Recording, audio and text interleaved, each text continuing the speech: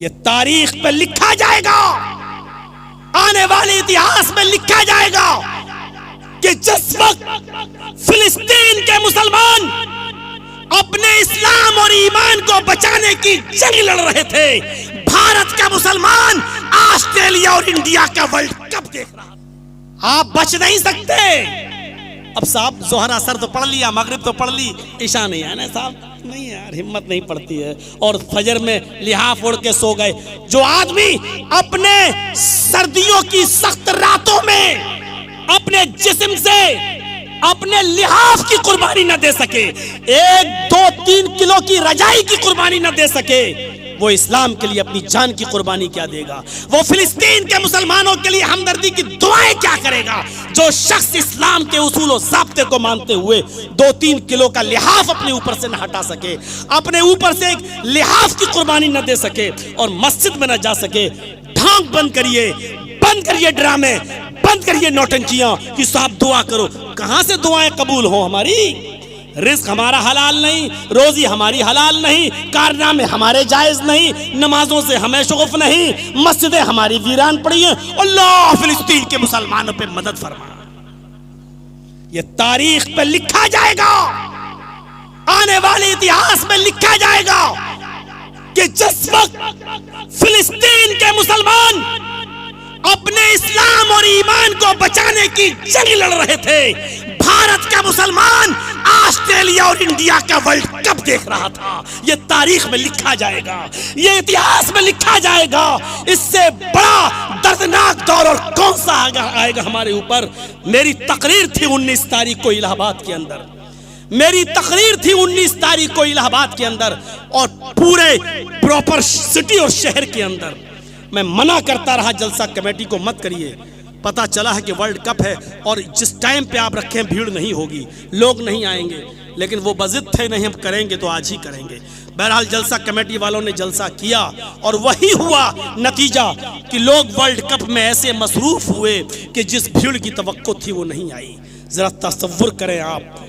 वैसे ही जमात अहले हदीस के लोग बहुत कम है इलाहाबाद में, और उसके बावजूद वर्ल्ड कप मेरे भाइयों उसने उस जलसे की नौयत को बिगाड़ दिया। मैं कहना यह चाहता हूं कि मैं आपको बताना चाहता हूं कि इस वर्ल्ड कप को देखने के चक्कर में लोग मेरे भाइयों इस्लामी उसूल को भूले हुए हैं। यह तारीख में लिखा जाएगा, यह इतिहास में लिखा जाएगा कि जिस वक्त फिलिस्तीन अपनी आज़ादी की लड़ाई लड़ रहा था और अपने इस्लाम और ईमान को बचाने की जंग लड़ रहा था, उस वक्त भारत का मुसलमान इंडिया और ऑस्ट्रेलिया का वर्ल्ड कप देख रहा था। लिखा जाएगा आने वाली तारीख में।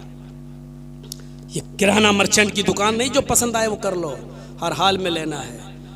ये मान लीजिए एक बिजली का पोल है, एक मिसाल देके बाद, ये बिजली का, ये मान लीजिए खंबा है, इसमें अभी तार दौड़ाए नहीं गए हैं, तार अभी दौड़ाए नहीं गए हैं, लेकिन बिजली का खंबा है। और ये जो है आम का दरख्त है, आम का पेड़ है, इसमें पत्ते लगे हैं, आम लगा है, हवा चली, बैठ जाओ बेटा, बैठ जाओ,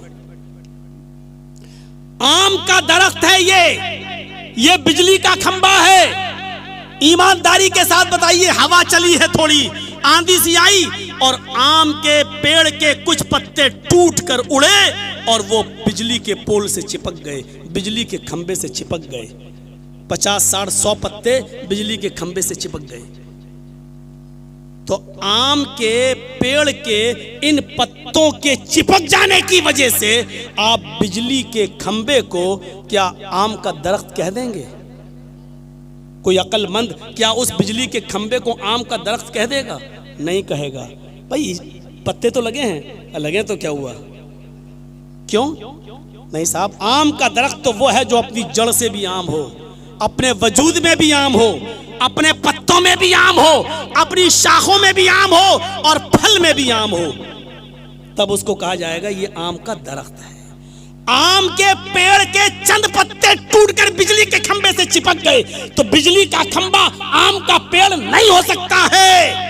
चंद नमाजें पढ़ ली, चंद रोजे रख लिए, चंद हमने इस्लाम के हुक्मों पर अमल कर लिया, तो चंद चीजों के करने की वजह से हम मेरे भाइयों पूरे के पूरे मुसलमान नहीं हो जाएंगे। हम पक्के मुसलमान तभी कहलाएंगे जब अपनी जड़ में भी मुसलमान हों, हम अपने फल में भी मुसलमान हों, अपने तने में भी मुसलमान हों और हर एतबार से हम मुसलमान हों। आम के पेड़ के चंद पत्ते बिजली के खंबे को आम का पेड़ नहीं बना सकते हैं, उसी तरीके से हमारी चंद इबादतें हमें पक्का सच्चा मुसलमान नहीं बना सकती। उदखुलू फिस्सिल्मी काफ़ा, आई मानो वालो तुम इस्लाम के अंदर पूरे के पूरे दाखिल हो जाओ। शादियों में क्या हाल है? अभी हमारे सल्फी साहब कह रहे थे, इलियास सल्फी साहब, मौलाना बहुत बुरा हाल है जहेज का। होता ही नहीं जब तक इंटरनेशनल भिखारियों को कुछ भीख में न दो, तब तक नहीं होती है शादी। मैंने कहा सल्फी साहब से बहुत मुश्किल है, ये तो हर जगह का रोना हो चुका है। ये तभी होगा जब समाज के लोग खुद जागरूक होंगे और मीटिंगें करेंगे और कमेटियां बनाएंगे। 25 साल की जिंदगी कम नहीं होती है। सन 1997 में मेरी पहली तकरीर मऊना भंजन की सरजमीन पर सोनियावाड़े में हुई थी और 97 से लेकर 2023 छोड़ लीजिए आप, 3 उधर और 23 ये 26 साल जिंदगी। और आपके इलाके में 25 साल से मैं चला आ रहा हूं। 25 साल की जिंदगी कोई कम जिंदगी नहीं होती है मेरे भाइयों। इस 25 साल की जिंदगी का तल्ख तजर्बा यह है कि जहेज जैसी लानत अपने मुआशरे से मौलवी जर्जीस भी खत्म नहीं करा सका। जिसको आप सबसे ज्यादा सुनते हो, जिसकी इज्जत सबसे ज्यादा करते हो, जिसका एहतराम सबसे ज्यादा करते हो, जिसको हर जलसे में बुलाना उस जलसे की कामयाबी का जमानत समझते हो, लेकिन मौलवी जर्जीस भी 25 साल से सिर्फ बोल नहीं रहा है बल्कि भौंक रहा है। इसको भौंकना ही कहेंगे हम। अगर बोलना माना होता तो अमल किया होता, भौंकना ही तो आपने समझा है, इसीलिए तो एक कान से सुना और दूसरी कान से उड़ा दिया। नहीं खत्म हुआ है जहेज जैसी लानत आज हमारे मुआशरे से और समाज से। क्या कहेंगे आप? करिए, कितना आप नौटंकी करेंगे, करिए। ये गरीब लड़कियां आपकी नहीं रह गईं। जो प्लानिंग और जो मंसूबे हो चुके हैं, रोएंगे आप खून के आंसू, क्योंकि अब प्लानिंग और मंसूबे ये हुए हैं कि इनको निकालो और अपने घर की बहू बनाओ, 2-4 बच्चे इनसे पैदा करो, बच्चों को रोक लो और इनको तलाक दे दो और इनको भेज दो। अब लड़की तलाक के बाद ना अपने घर आती है, क्योंकि बाप ने पहले ही कह दिया गैर मुस्लिम के साथ भागी है, मर चुकी है तुम मेरे लिए। और पति भी उसको अपने घर रखने के लिए तैयार नहीं, मजबूरन वो किसी कोठे की जीनत बनती है। ये प्लानिंग हो चुकी है, मंसूबे हो चुके हैं, तुम यहां बैठे हुए हो, तुम्हें नहीं मालूम क्या क्या मंसूबे बन रहे हैं हमारी बहनों के साथ और बेटियों के साथ। जहेज की खुराफात खत्म करके जल्दी से शादियां कराओ। इस मोबाइल, यूट्यूब और इसके अंदर आने वाली बढ़न और नंगी चीजों ने आज 12-12 और 13-13 साल की लड़कियों को जवान कर दिया है। इनको सब कुछ सिखा दिया है।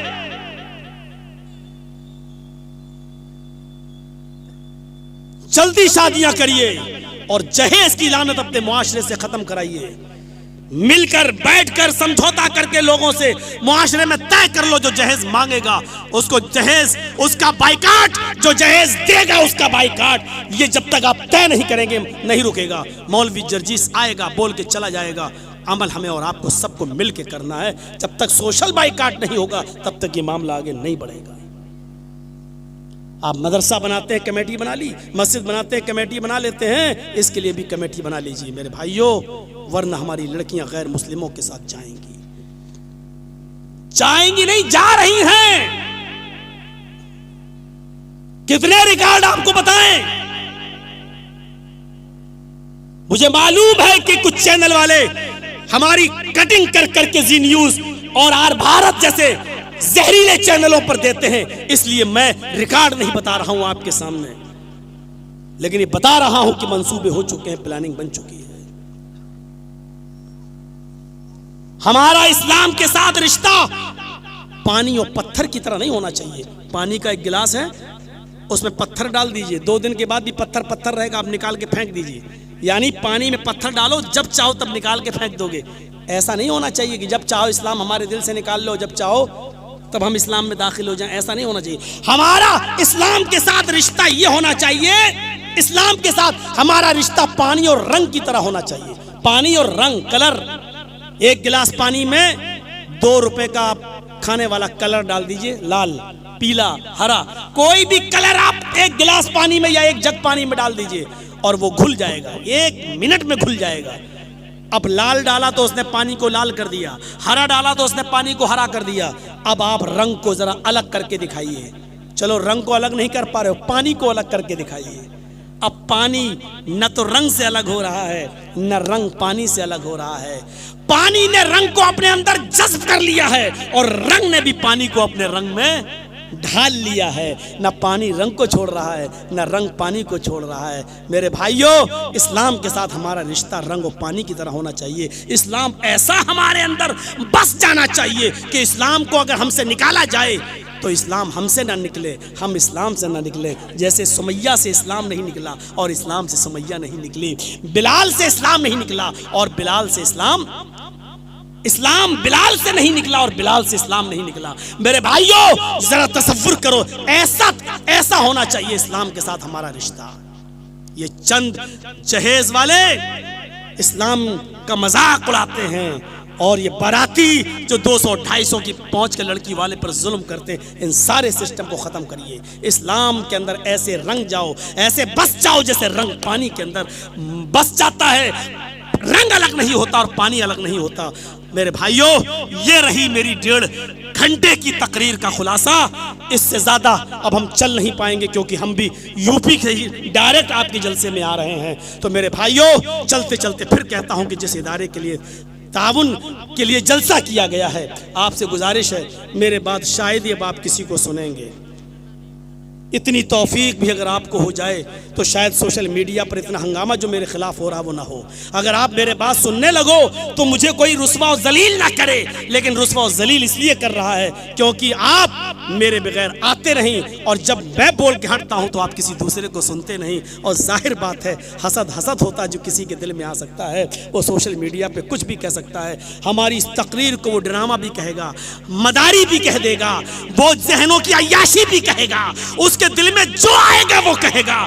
क्यों? इसलिए कि आप उसको सुनते नहीं हैं। इसलिए मेरे भाइयों, उसके दिल में जो आएगा वो कहेगा और ये उसका कहना बजा भी है क्योंकि उसकी जगह पर अगर हम होते तो हमारे अंदर भी इससे चीज़ें आ सकती थी। तो इसलिए आप सबको सुनिए, इसलिए कि सब इस्लाम ही की दावत देते हैं, कोई आपको उल्टी सीधी बातें नहीं बताता है। अल्लाह ताला हम सबको सुनने की तौफीक अता फरमाए, इस मदरसे का ताउन फरमाए, ज़्यादा से ज़्यादा ताउन फरमाए। और इस मदरसे का चूँकि पूरा खर्चा मेरे भाइयों इन्हीं जलसों से चलता है और जलसों में जो ताउन होता है पूरे साल का खर्चा उसी पर होता है। मैं फिर आपसे गुजारिश करता हूँ, मेरी बात रख लीजिएगा और आप इस मदरसे का ताउन कीजिएगा। अल्लाह ताला हमें इस्लाम के अंदर पूरा दाखिल फरमा दे। जब तक तू हमें इस्लाम पर ज़िंदा रखे, इस्लाम पर ज़िंदा रखना, और जब हमारा ख़ात्मा हो तो ईमान पर हमारा ख़ात्मा फरमाना। वमा अलैना इल्लल बलागुल मुबीन व आखिरु दावाना।